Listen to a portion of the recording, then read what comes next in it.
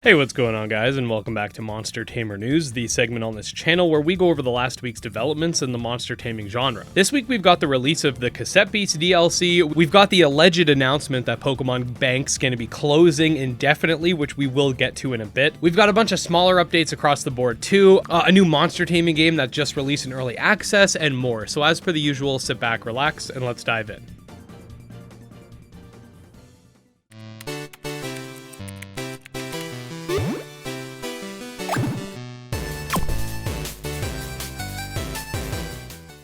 Okay, so first things first, yes, the Cassette DLC is now live, which is dubbed Pier of the Unknown and has you exploring a brand new island and 3 mini dungeons that exist within it. This $6 package brought with it some new monsters, new boss battles, a new short story, some new stickers, and more. If you want to wait to see my overall thoughts on the update as a whole, I will have a mini review out tomorrow discussing my thoughts on the DLC. Monster Path, a game we did cover on the channel I think once, has recently released in early access, kind of under everyone's noses. This is a JRPG roguelike hybrid title which has you essentially traveling down a path in order to complete your runs. The game currently features 35 monsters, 9 biomes, branching paths, and more, so if you're into something like Slay the Spire or some of the previous monster taming roguelike titles that we've seen, you might want to check it out. Visually, I do like the art style. We've got a new trailer for Moonstone Island. It doesn't really show off anything too crazy, but does get to brag a little bit about all of the high review scores the game has received, which justifiably so, since as some of you might already know from my review, I really did enjoy this game, and it's probably the only farming and crafting game I've ever actually been able to throw dozens of hours into, and it's really nice to see these types of games that have a lot of effort put into them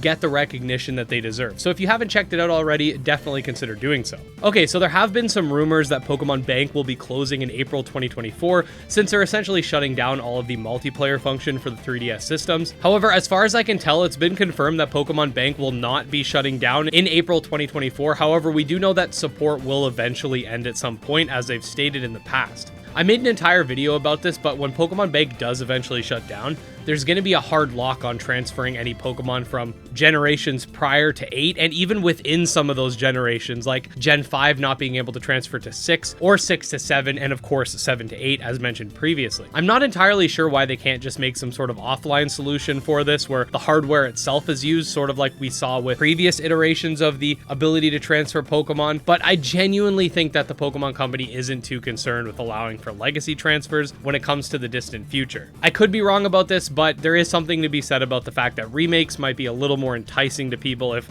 they literally can't transfer any Pokemon when playing some of the older games. So maybe instead they'll decide to pass up on those legacy games and instead buy the newer releases. But regardless, as of right now, we have no confirmed cancellation date for Pokemon Bank, so don't worry too much about it just yet. We've got some new PAL decks for PAL World, and it is also noteworthy that the developers have revealed that something big is coming soon, so we might have some sort of release date or announcement or something like that to look forward to. But without further ado, let's check out those pals.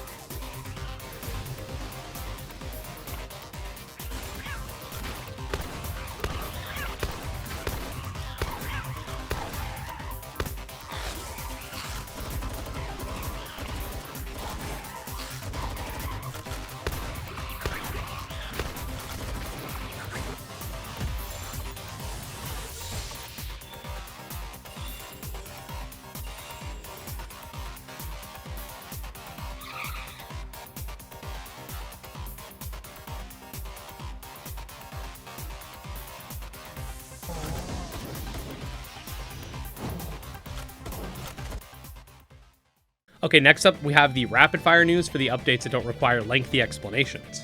First things first, Familiars IO is now available on Steam. Check it out, linked below. The Geneforge developer recently announced that Geneforge 2 Infestation is in the works. Now, I could have sworn he mentioned this earlier, but nevertheless, the second title in the franchise is receiving that remaster treatment. Isle of Swaps had a pretty significant update, and the game is now a roguelike instead of an adventure title. We get a look at horde encounters for Tales of Tenorio, some new battlefields for Digital Tamers 2, a look at the recent updates to the hub world for Aethermancer,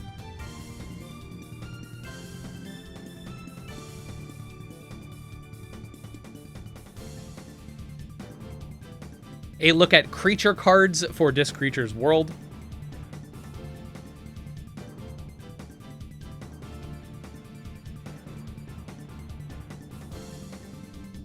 a new misprint line for Kitomon, and finally, last but not least, we get to look at a new fusion monster for Mythcaller.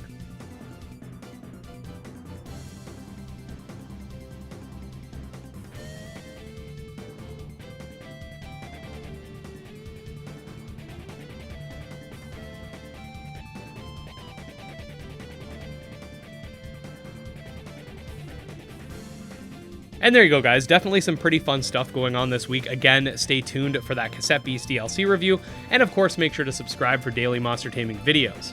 You can check out my Twitter, Discord, and Patreon linked below as well, and special thanks to the patrons, especially Jim Hamilton, Dro Ghost, Dark Persona Exodus, and Candy Morency, and we'll see you next time. Peace.